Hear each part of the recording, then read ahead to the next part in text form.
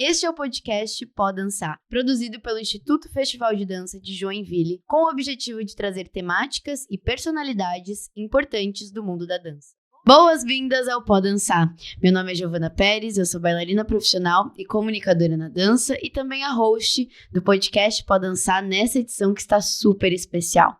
Então vamos para o nosso próximo episódio, para que a gente não só pode dançar, mas a gente pode falar bastante.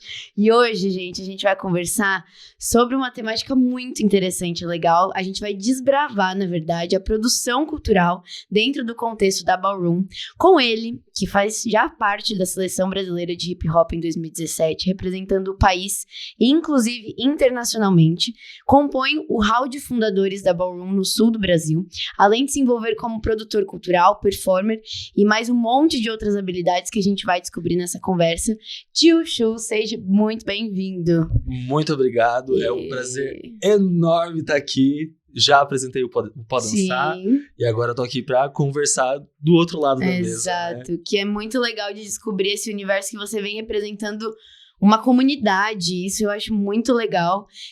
Pra ser bem sincera, é um mundo que foi me apresentado recentemente, eu conheço pouco e é o que eu adoro fazer perguntas, porque eu sou muito curiosa e acredito que é muito legal da gente apresentar esse outro caminho que a dança abre, mas não só como modalidade, mas como um estilo de vida mesmo, né? Uhum. Mas antes eu quero saber como que a dança chegou na sua vida, como que tudo começou? Então, guria, a dança na minha vida, ela sempre esteve presente. Meu pai é um grande pé de valsa, assim. Então, desde muito pequeno, tem vídeos meus, sei lá, aos 4, 5 anos, a criança viada da família, festa acontecendo e eu lá no meio das minhas primas sambando, comemorando, brincando bastante. Então, sempre tive acesso ao dançar, né? Quando eu ainda era pequeno, a minha irmã fazia aulas de dança gaúcha e eu acompanhava ela, então eu assistia a aula, chegava em casa, praticava com ela. Entendi. Era o partner ali pra ela desenvolver também. E essa paixão com a dança, ela foi se desenvolvendo, mas assim, em segundo plano, né, sem muita pretensão. Tá, entendi. Mas eu, de fato, fui começar a dançar jogando videogame, com Just Dance. Nossa, eu tenho um quê bem nerdzinho, assim, sabe? Eu adoro jogar videogame, então... Aos meus 17 anos, eu tinha um amigo meu que tinha um Xbox e, nossa, a gente passou horas e horas e horas jogando e acabou gravando, caiu na rede social, o pessoal da escola viu, vamos montar alguma coisa na escola, e aí começou na brincadeira, participei de show de talentos escolar, ganhei, fui chamado para participar do Festival Escolar de Joinville, ganhei também nessa participação no Festival Escolar. Ganhei uma bolsa de estudos num curso técnico que tinha na cidade na época. Que legal. E aos 18 eu me deslanchei assim a estudar dança. E aí você começou também a ver perspectivas nisso tudo e viu que seu talento ali estava deslanchando realmente. E foi muito ao acaso mesmo, assim, natural. Sabe? Exato, tipo, apareceu a oportunidade, vou me jogar, porque aos 18 anos eu entrei pra faculdade de Física, licenciatura em Física. Exatamente. Tudo bom? E do técnico em dança, então eu fazia os dois cursos ao mesmo tempo, e aí chegou no segundo semestre acho que eu não tô dando conta de tudo, preciso escolher um dos caminhos, e aí acabei ficando com a dança, e foi a melhor escolha, a melhor decisão da minha vida. Assim, arrependimento zero de ter feito essa decisão, sabe? E o que fez bater, assim, seu coração mais pela dança do que pela física, por exemplo? Eu sou uma pessoa que eu sou pisciano, né? Eu sou muito sentimental. Eu gosto de me comunicar, mas antes de aprender a verbalizar as coisas, tudo passa pelo meu corpo, sabe? Então eu me lembro na adolescência, assim, eu sofrendo de amor por meninos e eu não conseguia verbalizar e eu me trancava no quarto, botava uma música e começava a dançar e chorar dançando. Então, no meu corpo se mexendo, eu percebi que eu conseguia botar pra fora muitas coisas, assim, sabe? Isso é muito legal da dança, né? Porque a gente consegue se expressar real. Tava até conversando num outro episódio com a Marina Sanches, que é terapeuta ocupacional, de como é uma própria terapia a dança, né? E que bacana. E aí a gente tava conversando sobre as diferenças da dança urbana, porque daí você foi pra esses caminhos, né? Dessa modalidade e tal, que é algo que vem ganhando muito força dentro do Brasil também. E aí eu queria saber de você quais são as diferenças dentro das próprias dança urbana, né? Porque existem as diferenças e as pessoas talvez não conheçam. Exatamente. Quando eu entrei nesse curso técnico, lá eu estudei balé, estudei jazz, dança contemporânea, e aí eu comecei a estudar também danças urbanas. E aí as danças urbanas, a gente vai entender ela como um grande guarda-chuva, assim, né? Ela é algo que abrange diversas modalidades, então a gente vai ter o hip hop dance, vamos ter o house dance, locking, popping, wacking, e aí são diversas vertentes, em sua maioria danças que surgiram no contexto norte-americano, né? Surgiram nos Estados Unidos. E cada regiãozinha tem sua peculiaridade, assim. Entendi. É como a gente trazer para o contexto brasileiro, pensar as danças populares brasileiras, onde no Nordeste se dança uma coisa e no Sul se dança outra coisa. Então, nisso vai ter essas diferenciações, né? Por exemplo, das minhas modalidades que eu pratico, que eu pesquiso, a gente tem o voguing e o wacking, que surgem mais ou menos na mesma época, ali, 60, 70. Isso já conta a diferença, então, do wacking, do ballroom e do vogue pra gente. Nesse contexto, a gente tem uma dança acontecendo de cada lado dos Estados Unidos, assim, sabe? Lá em Nova York, a galera tava dançando popping, dançando voguing, enquanto na outra costa, em Los Angeles, a galera tava dançando locking e wacking. O locking e o wacking, ele vai ter uma origem mais relacionada ao Soul Train, que é um programa de TV que era feito por pessoas pretas, onde era uma grande confraternização, tava todo mundo muito alegre naquele estúdio, e as pessoas faziam um corredor e passavam por esse corredor de dupla em dupla, dançando a música disco, o funk music, o groove. E isso gerou essa dança, o locking, que depois a gente vai chegar no wacking também, que vai trazer apontamentos, ela tem um swing, é algo bem enérgico, assim, bem pra cima. Enquanto lá no outro lado, em Nova York, a galera tava fazendo o popping, que é algo relacionado às contrações, né? Então, essa música, ela é mais quebrada, digamos assim, e esse corpo começa a se quebrar junto, sabe? Ele começa a bater junto com a batida. E aí, disso aí, no mesmo período, enquanto, digamos que a comunidade hétero estava fazendo o popping, o nicho LGBTQIAPN+, começou a desenvolver o voguing, trazendo essa estética do popping, mas inserindo outras camadas dentro disso, né? E aí, pensando no voguing e no wacking especificamente, o wacking, ele vai ter uma coisa mais elegância, uma coisa mais Hollywood, uma coisa, sabe, eu tô com meu vestido de cetim, uma encharpe, assim, num conversível andando, e meu cabelo tá esvoaçante, ele tem um glamour. Não que o voguing não tenha, mas o voguing, ele tá mais pra pose, ele tá mais pra revista, ele tá mais pro fashion. Então tem realmente essa conexão com a revista, por exemplo? Tem total. Pra pensar um pouquinho nessa história do voguing, a comunidade LGBT, e principalmente pessoas LGBTs pretas, na década de 50, 60, nos Estados Unidos, eram muito marginalizadas, né? Essas pessoas não tinham trabalho, elas não tinham onde morar, e muitas dessas pessoas, para conseguir se sustentar, acabavam roubando. E nesses furtos, essas pessoas iam parar na prisão. Entendi. Dentro dessas prisões, como medida de contenção da sexualidade, a única coisa que chegava para essas pessoas consumirem de conteúdo de revista era a revista Vogue. Não chegava nada que tivesse uma figura masculina, para não incentivar a sexualização.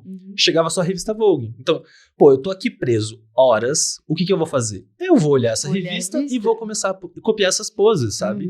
Então o pessoal começou a brincar de copiar as poses da revista. Que legal isso. E conforme as pessoas iam saindo desses isolamentos, voltavam para o meio social, esse brincar, essa coisa das poses, começou a chegar nos bailes, começou a chegar nas festas, nos encontros, e aí começa a surgir o voguing, né? Ela começa... Tava naquelas épocas de 60, 70, tava começando a surgir muita música eletrônica também, o house music, o acid house. E aí a galera começou, eu faço poses, tá tocando uma música, então eu vou fazer poses na batida da música, e aí, eu acho que isso aqui começou a virar dança, e aí a gente começa a pensar no voguing a partir disso.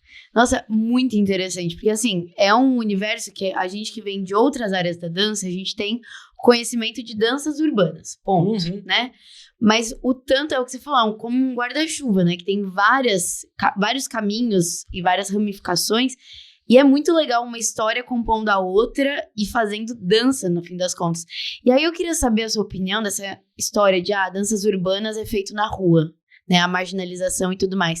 E nos últimos anos a gente vem vendo crescer força dentro dos palcos da dança urbana e tal. Então, como que é pra você a sensação de ver o Danças Urbanas hoje sendo uma das noites mais competitivas, mais legais de serem assistidas aqui, por exemplo, do festival, que é o maior festival do mundo? Essa pauta pra mim, ela é um pouco complexa, assim. Eu acho incrível as danças urbanas chegarem no estado que a gente vê hoje, nesse palco cheio, nessa plateia que vibra. E acredito muito que vibra porque é a dança que tá mais próximo da realidade das pessoas. Conecta, né? É a dança mais democratizada, assim como uma dança popular brasileira. É o que tá mais no nosso cotidiano, né? Pô, a gente tá vendo o TikTok hoje e no TikTok as dancinhas são basicamente todas baseadas nas danças urbanas, né? Isso é são verdade. passinhos sociais, são essas variações.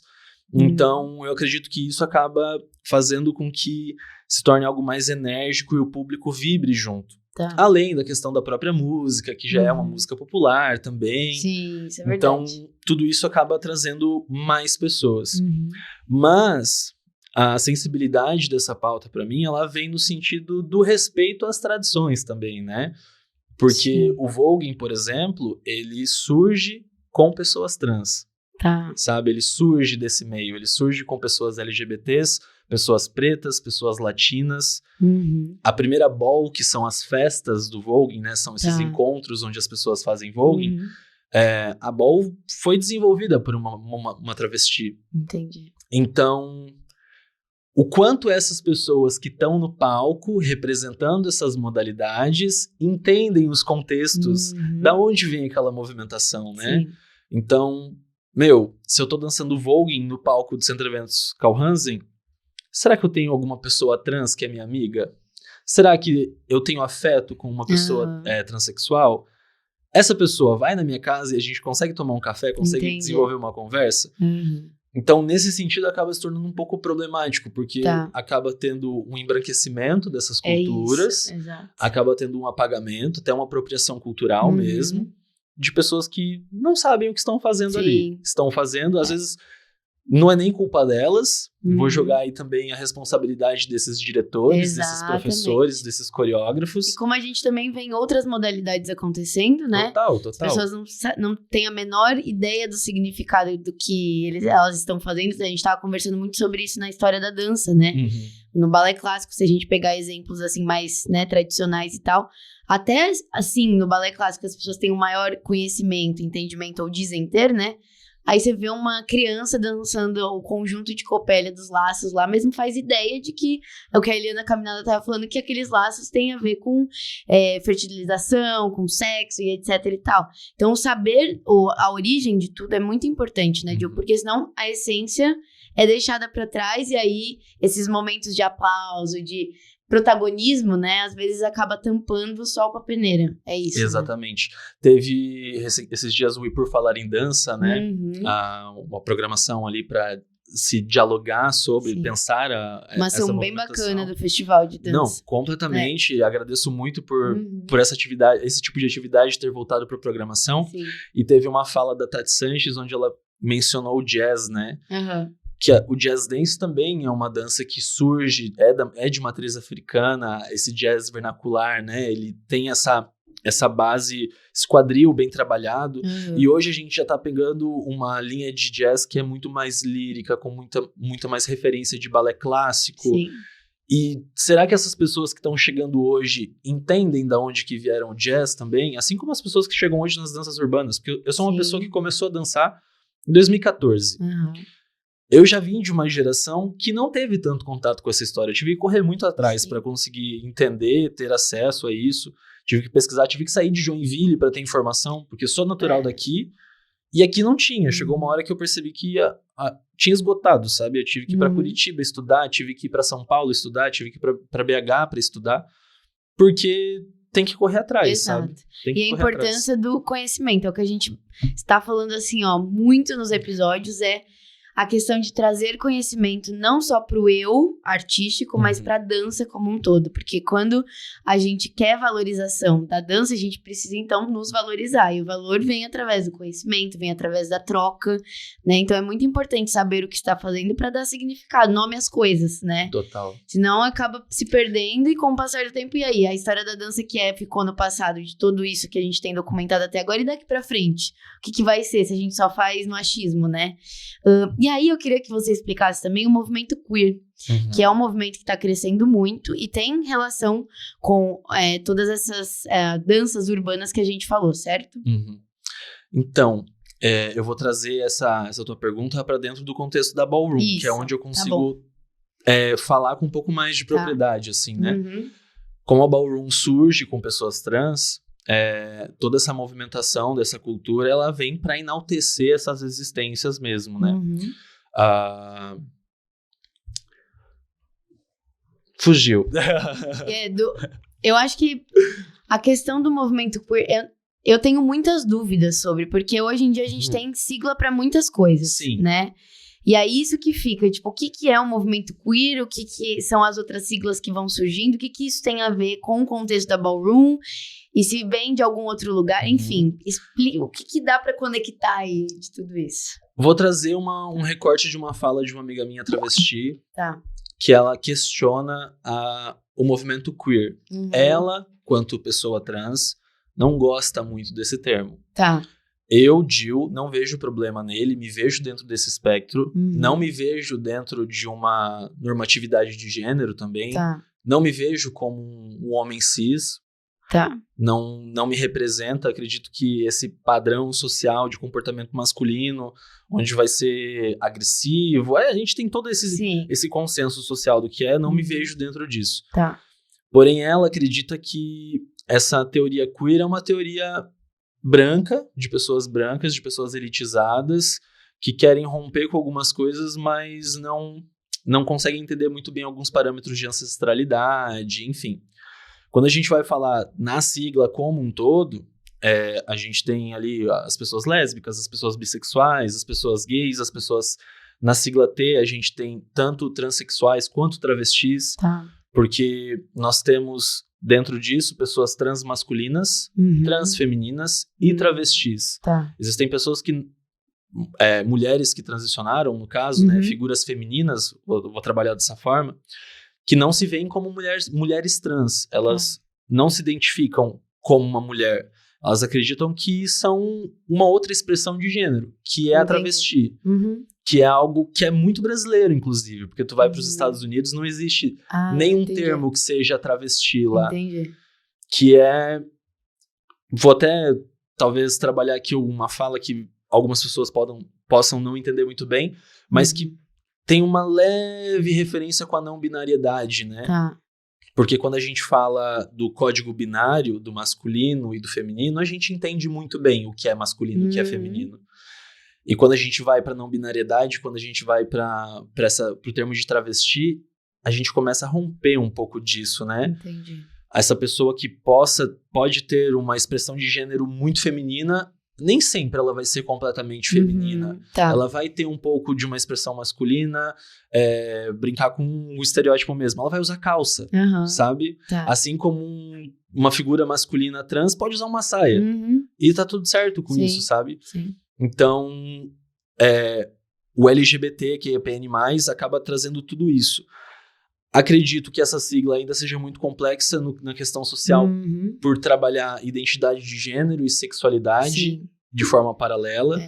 Então, a gente bota no mesmo pacote pessoas trans e pessoas gays. E é muito complexo porque causa confusão, né? E muita confusão. Muita confusão. Muita. Então, eu acho que é bem legal e importante a gente trazer a informação básica, o conhecimento básico aqui para quem não conhece, para quem absolutamente não tem conhecimento, porque através disso a gente pode também desenvolver o respeito, né? E a inclusão e outras coisas que a gente possa conectar, porque dança é dança, independente de quem a faça, né? E aí, Gil, eu queria que você comentasse também sobre o estilo de vida ballroom, porque você estava falando que tem o estilo ballroom, dança e tudo mais, mas é para além disso, né? E eu queria que você me comentasse, porque eu achei muito interessante de saber que isso vai para além dali da dança em si. Com certeza. A Ballroom, quando ela surgiu como um local de escape, um local de resistência e pertencimento para essas pessoas que eram completamente marginalizadas. Num contexto norte-americano da década de 60, quando você se assumia gay dentro de casa, você era expulso. Você ia morar na praça, você ia morar na rua. E partindo disso, pessoas que estavam nesse local de fragilidade começaram a se abraçar, começaram a se acolher e criar essas redes de apoio. Essas redes de apoio, quando a gente vai trazer para dentro da cultura ballroom, elas se tornam as houses, se tornam as casas. Que é, de fato, a construção de uma família social, né? Tipo, eu tenho um afeto por você, a gente se gosta muito, a gente se trata como pessoas irmãs. Por que não vamos nos tratar, de fato, como uma família? Uma família, entendi. E aí a gente começa a pensar esse convívio da ballroom quanto sociedade, não só como movimentação. Porque a gente tem o voguing, que é um estilo de dança que surgiu dentro desse contexto. Mas ele é só um pedacinho do que é toda essa relação, né? Entendi. A gente tem, no contexto histórico, que muitas mulheres trans norte-americanas adotavam essas pessoas que estavam em estado de marginalidade, estavam morando na rua, e criavam as suas houses, criavam as suas famílias. E isso, querendo ou não, ter uma figura paterna, ter uma figura materna, você tem um ponto de referência, né? Isso é verdade. Você tem alguém que tá ali por você, tem alguém que tá te instruindo como viver, por qual caminho seguir, te dá pelo menos uma sugestão, ou até mesmo um cantinho pra dormir, uma cobertinha pra se esquentar, sabe? Então, a ballroom, ela se torna muito maior exatamente por isso, pelo convívio entre as pessoas, por essa rede de apoio. A dança, a competição, a performance tá lá, tá lá. Acontece algum tipo de atrito? Pode acontecer, porque é batalha, é competição. A gente vê isso no festival competitivo, no Festival de Dança de Joinville. Mas quando acaba a batalha, tá todo mundo no mesmo barco. Tá todo mundo vivendo da mesma forma. Vou botar bem entre aspas, da mesma forma. Porque cada pessoa tem um acesso diferente na sociedade também, né? Não posso negar que eu, quanto pessoa branca, vou ter a mesma realidade de uma pessoa preta. Muito diferente, muito diferente. E nem posso falar sobre a vivência dessas pessoas, porque eu não sei. Certo. Eu só escuto relato dos meus filhos e das minhas filhas. Mas a ballroom tá ali exatamente para isso. Para abraçar, para acolher, para criar esse apoio entre as pessoas, sabe? Inclusive, você é fundador de uma das casas, né? A Casa Índico. E eu queria que você contasse como que surgiu a casa, qual que é o propósito especial da casa que você direciona, né? E você criou esse pertencimento, essa família ali. Vou começar um pouquinho mais atrás a responder essa tua pergunta. Tá bom. Eu conheci a ballroom em 2014. Foi quando eu comecei a dançar. Eu conheci o voguing, na verdade, em 2014. E eu fui conhecer a ballroom em 2016. Na época era muito difícil ter informação. Porque a internet ainda era algo que nem todo mundo tinha. Não sabia como achar as coisas para ter informação. Aqui no Brasil mesmo. Isso, aqui mesmo. E aí, 2016 conheci, 2017 me mudei para Curitiba, vou estudar, vou aprender mais sobre dança, jazz funk, wacking, voguing. E aí, em 2017, fui para BH para minha primeira ball. Era um momento que tinha balls acontecendo no Brasil há 2 anos, só que, era uma em São Paulo, aí outra lá no Rio, aí outra lá em BH, a cada 7, 8 meses. Então, era um negócio muito difícil de se ter informação. Nesses processos, eu conheci algumas pessoas que me instruíram, que me ensinaram sobre ballroom, que me ensinaram o voguing. E aí, algum tempo depois, em janeiro de 2020, eu me juntei com um amigo, Augusto Fullman, e a Gabriela Policarpo. São 2 pessoas do Rio Grande do Sul.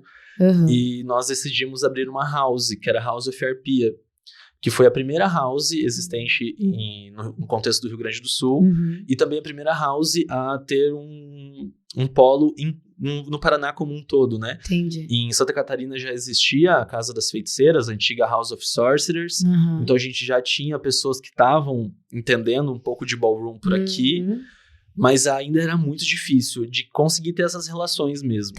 Então 2020 foi isso.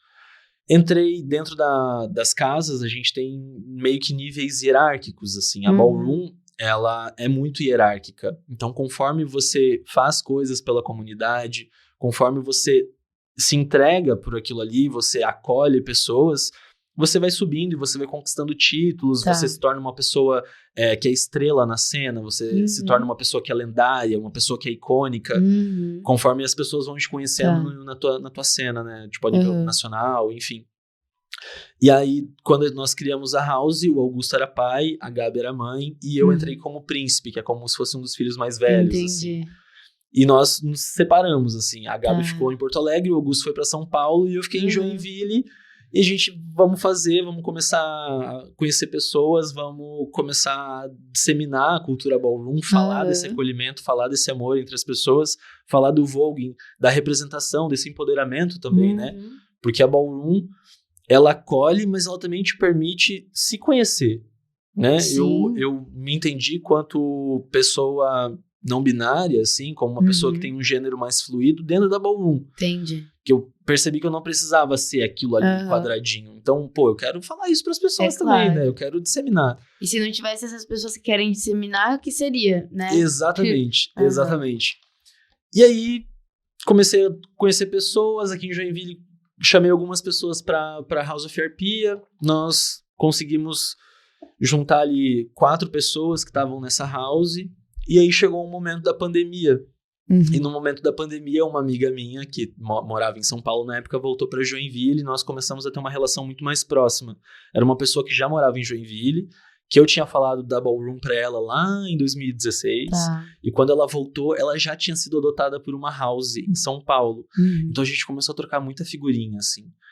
E conforme a gente mais se conectava, começava a trocar, a gente, a minha house é legal, a Arpia é legal, a La Raia é legal, mas entre a gente rola um negócio muito diferente, a gente tem uma ideia que se bate muito, estamos construindo juntos uma cena, vamos abrir uma house. E aí, em abril de 2021, nós abrimos a Casa Índigo. Que fica em Joinville. Que é a primeira casa de Joinville.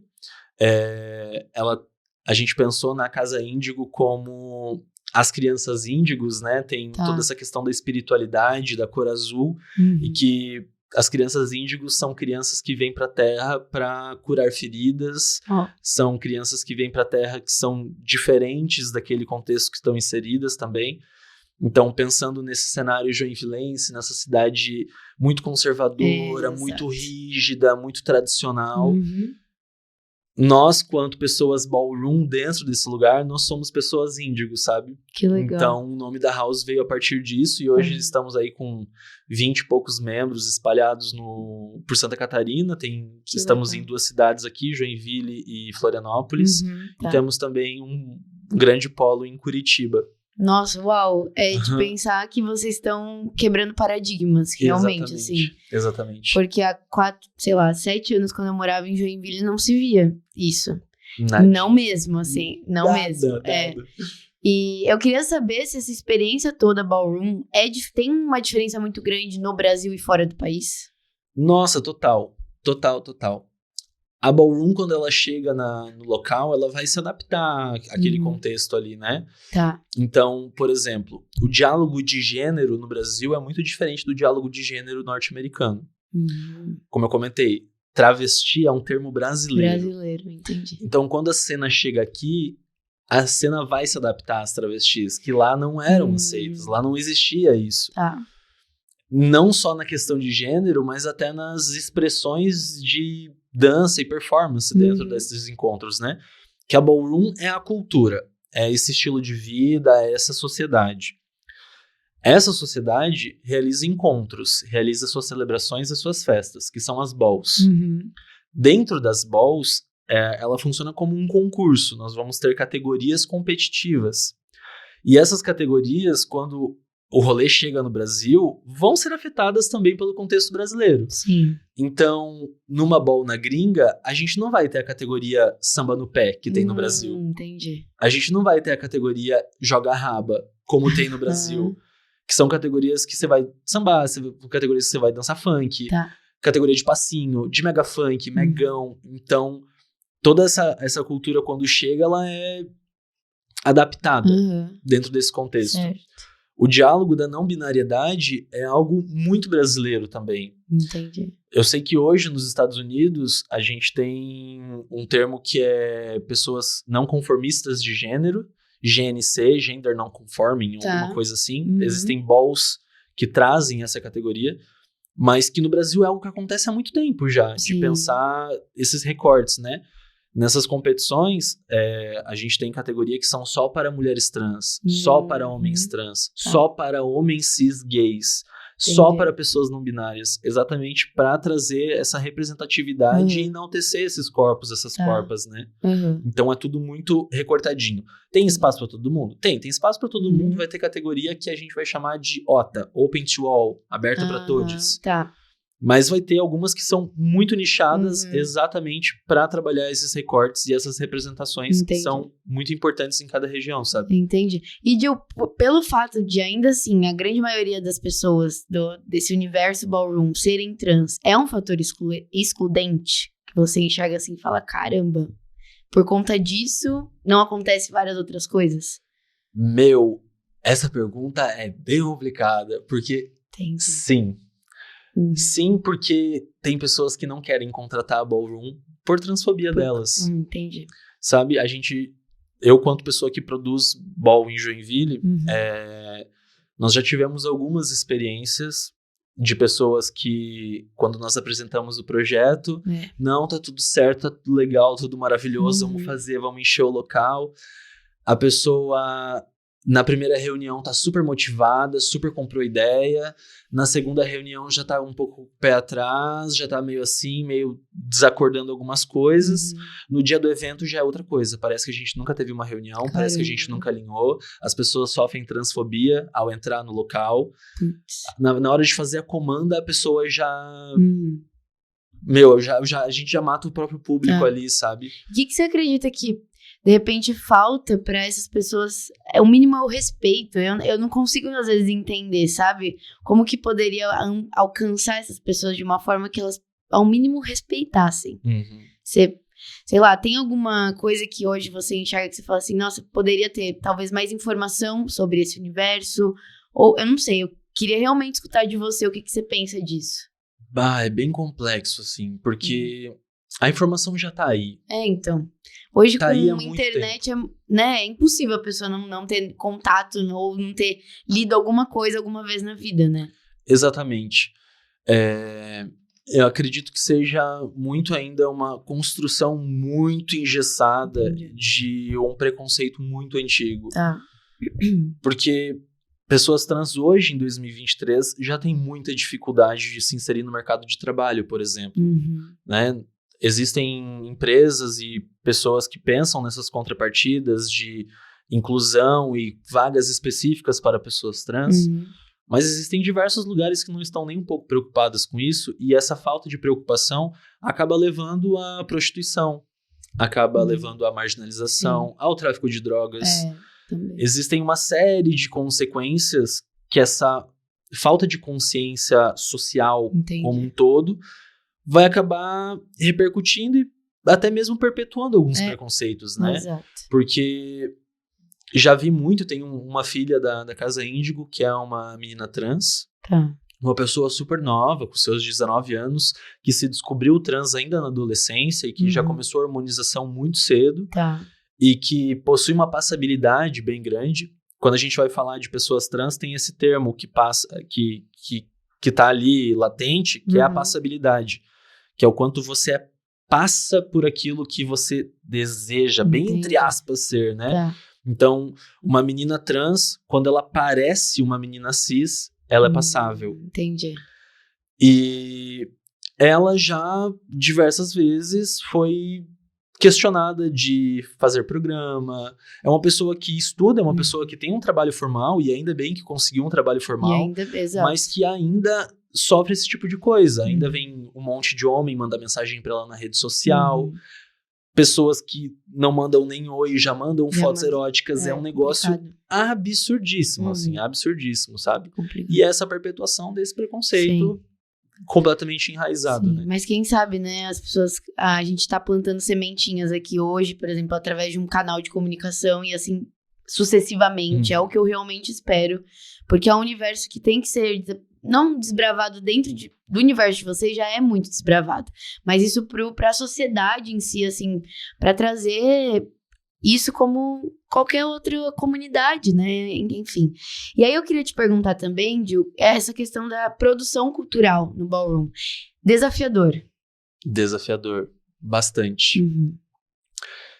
Eu fui descobrir a produção na minha vida na pandemia. Tá. Que chegou um momento em Joinville, por exemplo, que tava todo mundo trancado, ok, isolamento social, mas os bares começaram a abrir de novo. Só que os bares que estavam abertos eram bares com um público completamente hétero. Uhum. É um público bem complicado, porque a gente está dentro de Joinville, então Sim. A gente tem esse preconceito velado, as pessoas não te agridem verbalmente, mas te agridem com o olhar. Visualmente também serve essa agressão. Nossa, e machuca muito, as pessoas acham que não, mas machuca. E dentro dessa realidade que a gente estava vivendo em 2020, eu pensei, pô, eu preciso fazer alguma coisa, sabe? Preciso fazer alguma coisa. A gente já... A comunidade de Joinville já estava se mobilizando em questões de treino, nós já estávamos nos encontrando semanalmente para aprender sobre voguing. Eu ministrava aulas gratuitas para a galera aqui no Centro Eventos mesmo. E eu decidi, não, vou fazer uma ball na minha casa. Entendi. Tem bar aberto, tá todo mundo bebendo lá, então vou fazer também na minha casa. Né? Tipo, não vou precisar da autorização de ninguém. Morava eu e mais 3 amigos numa casa bem grande, com uma casa com cozinha, sala conjugada. Eu tirei todos os móveis e enfiei dentro do meu quarto e vai ser aqui mesmo. E a gente fez um baile ali na minha cozinha. Deram mais ou menos 70 pessoas no evento. Foi incrível e ali eu gosto de produzir. É isso que eu quero fazer, quero fazer cada vez mais. E aí, em 2021, no ano seguinte, eu fui contratado para trabalhar no Festival de Dança de Joinville, na parte de comunicação. E começou a ser um aprendizado cada vez maior para mim na questão de produção, né? Na época eu estava trabalhando na comunicação e também no Saltari Centro de Dança. E no Saltari existiam diversas atividades de eventos aos finais de semana e tal. Então começou a se tornar um laboratório para mim em questão de produção. Comecei a produzir eventos de batalhas de danças urbanas, até eu entender, acho que agora eu posso voltar a fazer ball com qualidade. Entendi. E aí 2020... Eu já me perdi nas datas. 2022, voltei com o calendário de balls, e aí em questão, tipo, de um ano, assim, a gente fez 10 balls, basicamente uma por mês, assim. Legal. E aí em diversos cenários, né? Ball tanto numa barbearia, que foi o primeiro espaço que abriu as portas pra gente, então... Arrastamos os móveis do salão e fizemos num local muito pequeno. Lotou tanto, as pessoas não conseguiram assistir, ficaram pro lado de fora, porque Joinville carece tanto disso, carece tanto. Que é aí que a gente percebe, né? De, tipo assim... Total. Se não tivesse um público pra isso, não encheria muito os eventos que vocês produzem, né? E essa primeira ball, nessa barbearia, inclusive, foi uma virada de chave, porque quem foi era o diretor e o assistente executivo do Festival de Dança. Olha só. Eles viram a potência do evento. Claro. E me chamaram para produzir, no festival do ano passado, uma ball. Então, nós conseguimos colocar na programação oficial do festival uma ball. Então... Nessas 10 balls de um ano, a gente fez tanto num barzinho de rua, quanto numa barbearia, quanto dentro de um local apropriado, com o apoio do Festival de Dança de Joinville. E estamos aí, continuando a fazer as coisas, sabe? E como que é pra você a ball tomando tanto espaço, né? Porque é lindo de ver o quanto... E a abertura também que o Festival de Dança tá dando pra esses novos movimentos, no sentido de, tipo, ser novo nesse contexto, nesse contexto dança, né? Como que você se sente? Meu, já até deu um arrepiozinho. Eu imagino, assim, eu fiquei assim também. É uma realização tremenda, sabe? Quando eu conheci a Ballroom, quando eu comecei a adentrar nesse universo, mudou muito a minha vida, assim. Mudou muito. Não só eu comigo mesmo, mas eu com as outras pessoas, sabe? Sim. Minha relação com meu pai, por exemplo, sempre foi muito frágil no período da infância e da adolescência, porque ele era uma pessoa que trabalhava demais. E eu não conseguia entender isso. Eu não conseguia ver o amor dele por mim, assim, era algo muito complicado. E quando eu cheguei na Ballroom, quando eu entrei nesse lugar de pai, de ter uma família, mesmo que de maneira figurativa, eu pude entender tudo aquilo que acontecia com ele, sabe? Esse desejo de trabalhar para conseguir proporcionar uma realidade melhor para quem tá vindo depois, assim, sabe?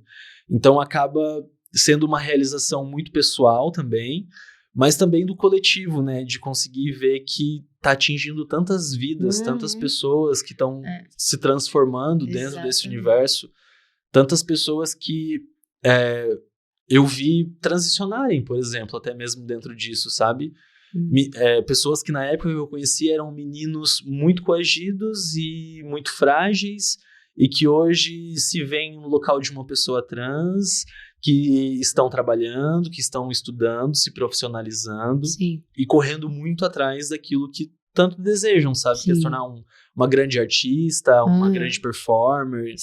Então, é uma sensação assim, ó, indescritível, indescritível. Então pode falar que transformou a sua vida completamente. Total. E como que isso impacta, ou como você gostaria de impactar daqui pra frente outras vidas? Ai, que difícil. Ui, eu adoro quando o convidado fala, ai, que difícil, não consigo. Me fez pensar, eu falei, yes, check no episódio. Ai, que difícil. Eu tenho uma perspectiva, assim, de conseguir transformar ainda mais esse cenário da cidade, assim, sabe? Quando eu comecei lá em 2014, 2015, eu me via muito sozinho aqui em Joinville, muito sozinho. E hoje, por exemplo, eu abri o grupo do WhatsApp da movimentação da Ballroom em Joinville e eu vi que tem 100 pessoas lá que já estão querendo movimentar, que já estão querendo trocar e terem essas vivências. Isso só no cenário de Joinville, sem considerar as nossas trocas com as outras cidades, enfim. Então, pensar que tá se tornando exponencial, assim, sabe? Que tá chegando para tantas pessoas, eu imagino que daqui 5, 10 anos, talvez a realidade da cidade seja completamente diferente, sabe? Que a gente consiga reconstruir a figura da comunidade LGBTQIAPN+, dentro de Joinville.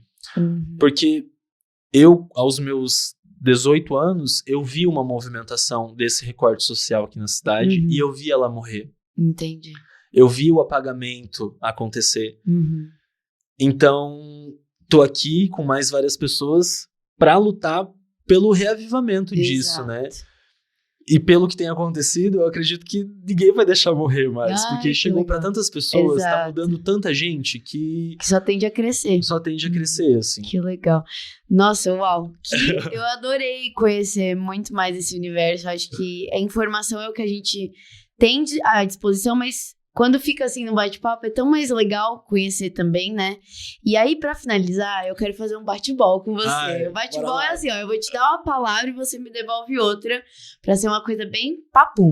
Vamos lá, vamos ver se eu consigo. Vamos lá, 2, 3 e... Wacking. Glamour. Vogue. Ai, tudinho. Jazz funk. Azul. A cor mais quente. Um deep. Um medo. Ai, não ter ball no festival. E um shade. Não ter ball no festival. Adorei, Dio. Muito obrigada pela sua presença, por ter compartilhado esse universo que é muito corajoso e é lindo de ver o quanto a gente vocês estão crescendo e a gente pode crescer todo mundo junto, não precisa ter essas diferenças todas, mas é muito legal de conhecer e saber que tá ganhando esse espaço. Parabéns pelo seu trabalho, vida longa e que cresçam cada vez mais, e é isso, a gente tá aqui pra dar espaço cada vez mais também, e eu espero que você tenha curtido, você que vai nos assistir ou nos escutar, e lembrar que tem vários outros episódios super legais dessa nova temporada no YouTube, no Spotify, então confere aí. E é isso, a gente se vê então no próximo episódio do podcast Pode Dançar. Obrigada, Dil. Eu agradeço o convite, é um prazer enorme estar aqui. Delícia. Poder falar um pouquinho da minha vivência, da minha produção, e espero que vocês tenham gostado. Com certeza. Dá um like aí pra gente. Tchau, gente. Valeu. Tchau.